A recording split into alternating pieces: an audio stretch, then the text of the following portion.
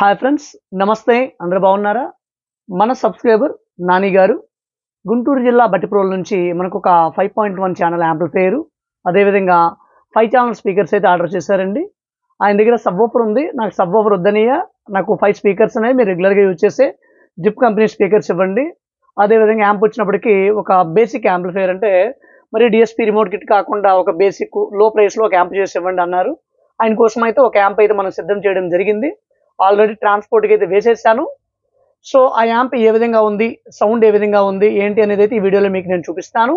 అయితే వీడియోలోకి పోయే ముందు ఇంకా మన ఛానల్ని ఎవరైనా సబ్స్క్రైబ్ చేసుకోకపోతే సబ్స్క్రైబ్ చేసుకోండి, లైక్ చేయండి, కామెంట్ చేయండి, షేర్ చేయండి. మీకు ఇటువంటి యాంప్లిఫైయర్ కావాలంటే డిస్ప్లే మీద నెంబర్ ఇస్తున్నాను. జస్ట్ నాకు మెసేజ్ చేస్తే ఎంత అవుతుంది ఏంటి అనే విషయం అయితే నేను తెలియజేస్తాను. చూస్తున్నారు కదండి, యాంప్లిఫైయర్ ఫ్రంట్ లుక్ అయితే ఈ విధంగా ఉంది. నాని గారు ఈ ప్యానల్ అయితే చూస్ చేశారు. అని ఈ ప్యానల్ బాగుంది, నాకు ఈ ప్యానల్ కావాలని అంటే ఆయన కోసం ఈ ప్యానల్ ఫిక్స్ చేయడం జరిగింది. ఇటువంటి ప్యానల్స్ అయితే మరి మన దగ్గర లేవు, ఇటువంటి డిజైన్ వచ్చే ప్యానల్ అయితే మరి మన దగ్గర లేవు. సో ప్యానల్ మీద నేమ్స్ అయితే ఈ విధంగా ఉన్నాయి. సో ఇది ఫ్రంట్ లుక్. ఇందులో వాడే రిమోట్ కిట్ ఏది వాడాము, కాంపోనెంట్స్ ఎలా యూజ్ చేస్తాం, వైరింగ్ ఎలా ఉంది అనేది ఇక్కడైతే మీకు నేను చూపిస్తున్నాను.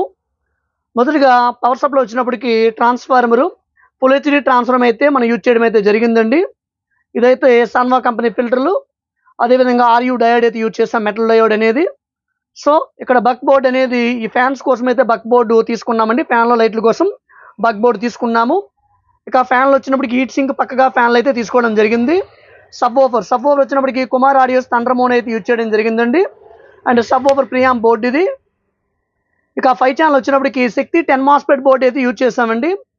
సో ఇదైతే స్పీకర్ ప్రొడక్షన్ బోర్డు. ఇందులో మనం జెమ్టెక్ కంపెనీ రిమోట్ కిట్ యూజ్ చేసాము. దీనికి ఏఆర్సీ బోర్డు అయితే పేర్ చేయడం జరిగిందండి. ఫ్యూటెక్ ఏఆర్సీ బోర్డు పేర్ చేసాం మనం. రిమోట్తోనే మనం ఏఆర్సీ, ఆప్టికల్, కోయాక్స్లో అయితే ఆపరేట్ చేసుకోవచ్చు. ఈ విధంగా ఇంటర్నల్ అయితే మనం వైరింగ్ అయితే చేయడం జరిగింది. బ్యాక్ సైడ్ అయితే ఈ విధంగా ఉంటుందండి. అక్స్ ఇన్పుట్ ఇచ్చాము, ARC input, optical input, coaxial input ఇచ్చాము. ఇక్కడ స్పీకర్ సాకెట్ అయితే అవుట్ ఇవ్వడం జరిగింది. ఇక్కడ FL, FR, SL, SR, centre, sub అని మెన్షన్ చేయడం జరిగింది. అక్కడ వైర్లు అయితే పెట్టుకొని మీరు బాక్స్లో అయితే కనెక్ట్ చేసుకోవాలి. సో యాంప్ ఇంటర్నల్ లుక్ ఇది ఈ విధంగా ఉంది. మనం ఇప్పుడు అమెజాన్ ప్రైమ్ నుంచి అయితే కేజీఎఫ్ మూవీ అయితే ప్లే చేస్తానండి. ఒకసారి సౌండ్ ఏ విధంగా వస్తుంది అనేది టెస్ట్ చేద్దాము.